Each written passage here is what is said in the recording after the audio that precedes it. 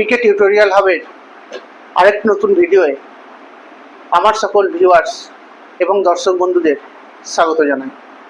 প্রিয় দর্শক, তোমাদের উদ্দেশ্যে আমি প্রথমে জানিয়ে রাখি, তোমরা আমার আজকের ভিডিওটি শুরু থেকে শেষ পর্যন্ত সম্পূর্ণ অংশটুকু দেখবে এবং ভিডিওটি তোমাদের কেমন লাগলো তা আমাকে কমেন্টের মাধ্যমে জানাবে। তোমাদের এই কমেন্টগুলোই আমাকে পরবর্তীতে আরও এই ধরনের ভিডিও করতে উৎসাহিত করবে। পশ্চিমবঙ্গ উচ্চ মাধ্যমিক শিক্ষা সংসদের একাদশ শ্রেণীর প্রথম সেমিস্টারের দর্শন বিষয় নিয়ে আজ আলোচনা করব। এই দর্শন বিষয়ের আজ আলোচনার অধ্যায়, প্রথম অধ্যায় দর্শন শব্দের অর্থ। এই দর্শন শব্দের অর্থ অধ্যায় থেকে আমি এর আগেই প্রথম পর্বে ভিডিওয়ে যতটুকু অংশ নিয়ে আলোচনা করেছিলাম, আজকে তার পরবর্তী অংশ থেকে আলোচনা করব।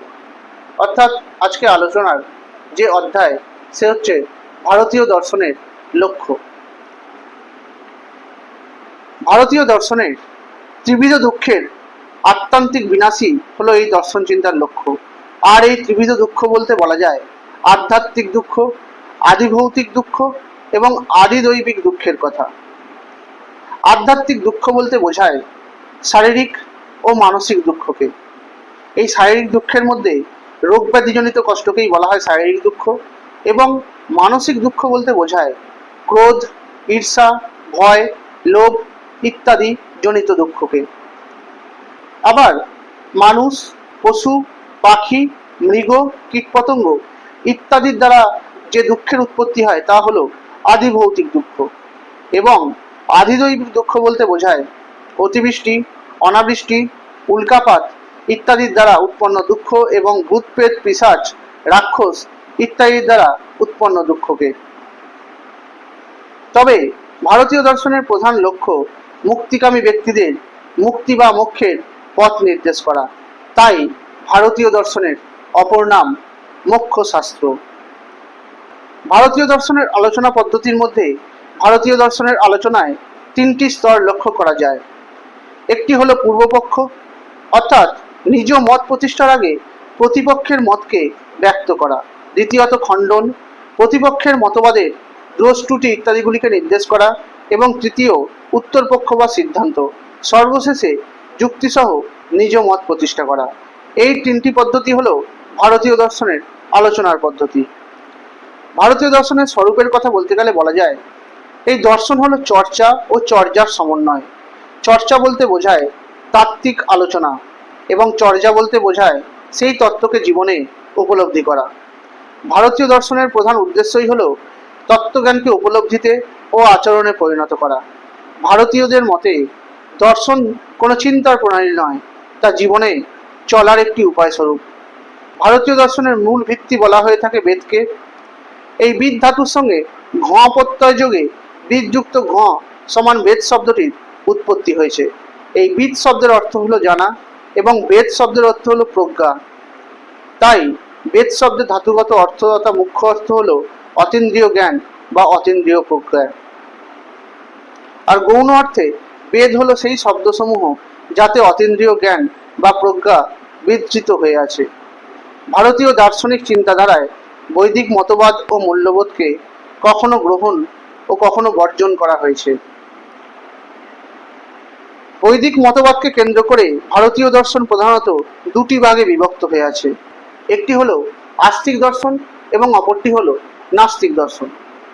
আস্তিক দর্শন তাদেরকেই বলা হয় যারা বেদকে প্রমাণ বলে স্বীকার করেন এবং বৈদিক জীবনচর্যা, দৃষ্টিভঙ্গি ও মূল্যবোধে যারা বিশ্বাসী তাদেরকে। এবং নাস্তিক বলতে বোঝায় যারা বেদকে প্রমাণ বলে স্বীকার করেন না এবং বৈদিক জীবনচর্চা ও দৃষ্টিভঙ্গি এবং যারা মূল্যবোধে বিশ্বাসী নন। ভারতীয় দর্শনই হলো তত্ত্বোপলব্ধি ও সত্যোপলব্ধির দর্শন। তাই ভারতীয় দর্শন অনুসারে পার্থিব বন্ধনের কারণই হলো মিথ্যা জ্ঞান। এই তত্ত্বজ্ঞান ও সত্যোপলব্ধি হলো মুক্তি লাভের উপায়। আর এই ভারতীয় দর্শন উপনিষদ নির্ভর।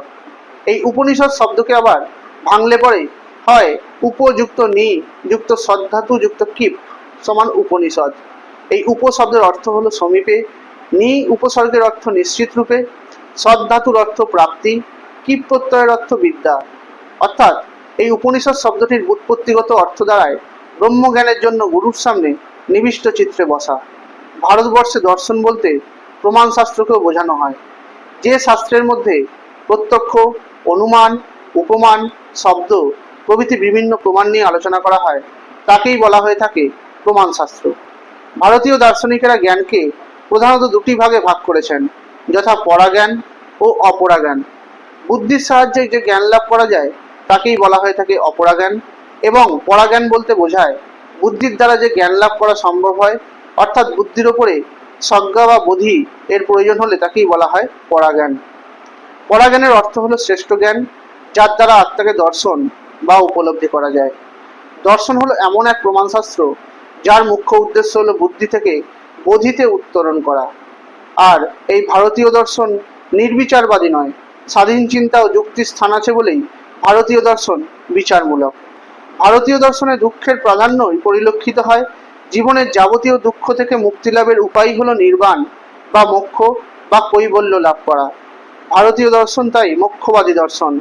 ভারতীয় দর্শনের প্রয়োগ ক্ষেত্র কেবল মানব সমাজ নয়, সমগ্র জীবজগতই এর প্রয়োগ ক্ষেত্র। তাই ভারতীয় দর্শনের বৈশিষ্ট্যের কথা বলতে গেলে বলা যায়, ভারতীয়দের মতে দর্শন হলো সত্যের সাক্ষাৎ উপলব্ধি। ভারতীয় দর্শন শাস্ত্র হলো আধ্যাত্ম শাস্ত্র। ভারতীয় দর্শন তাত্ত্বিক ও ব্যবহারিক এর সমন্বয়ী দর্শন। সমন্বয়ী মানে মিশ্রণ বা যুক্ত।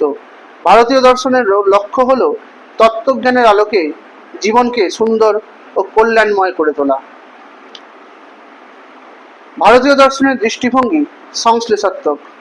ভারতীয় দর্শনের চর্চার বিষয় শুধুমাত্র মানব সমাজ নয়, সমগ্র জগৎ নিয়েই আলোচনা করা হয়।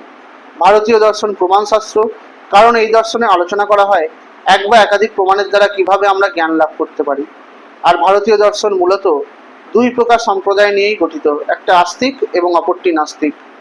ভারতীয় দর্শনকে দুঃখবাদী নয়, ভারতীয় দর্শন হলো আশাবাদী দর্শন। মানব জীবনের বিভিন্ন দুঃখ শোক থেকে কিভাবে মুক্তি পাওয়া সম্ভব তার আলোচনা করা হয় এই ভারতীয় দর্শনে। তাই এই দর্শনকে বলা হয় আশাবাদী দর্শন। দুঃখবাদ অনুসারে দুঃখের মধ্যে জীবনের শুরু এবং দুঃখতেই তার পরিসমাপ্তি। প্রায় সকল ভারতীয় দার্শনিক মনে করেন যে এক অমোঘ শাশ্বত নিয়ম দ্বারা এই পৃথিবী পরিচালিত এবং নিয়ন্ত্রিত হচ্ছে, যাকে ঋত নামে অভিহিত করা হয়। তাই ভারতীয় দর্শন সত্যের প্রতি একনিষ্ঠ। ভারতীয় দর্শনের অন্যতম আরেকটি বৈশিষ্ট্য হলো এই দর্শন কর্মবাদে বিশ্বাসী। কর্মবাদ অনুসারে জীবকে কর্ম অনুযায়ী ফল ভোগ করতে হয়। জীবনের সুখ দুঃখ কর্মেরই ফল।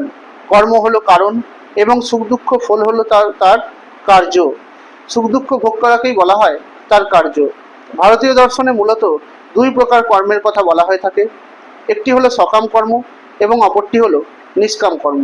অর্থাৎ যে কর্ম থেকে ফলের আশা করা হয় তাকে বলা হয় সকাম কর্ম, এবং যে কর্ম থেকে ফলের কোনো আশা করা হয় না, অর্থাৎ নিঃস্বার্থভাবে কর্মটি করা হয়, তাকে বলা হয় নিষ্কাম কর্ম। ভারতীয় দর্শন জন্মান্তরবাদে বিশ্বাসী। এই জন্মান্তরবাদ অনুসারে মানুষের পূর্ব জীবনের কর্মফল অনুযায়ী বর্তমান জীবনের কর্মফল অনুযায়ী ভবিষ্যৎ জীবন নির্ধারিত হয়ে থাকে। ভারতীয় দর্শনের কর্মবাদ ও জন্মান্তরবাদ একে অপরের সঙ্গে ওতপ্রোতভাবে জড়িত, কারণ কর্মবাদের অনিবার্য পরিণামই হলো জন্মান্তরবাদ। তাই ভারতীয় দর্শনকে বলা হয় মোক্ষবাদী দর্শন। ভারতীয় দর্শনে মনে করা হয়ে থাকে মুক্তি বা মোক্ষ হলো জীবনের প্রধান লক্ষ্য, আর এই মুক্তি বা মোক্ষ হলো দুঃখের আত্যন্তিক বিনাশ।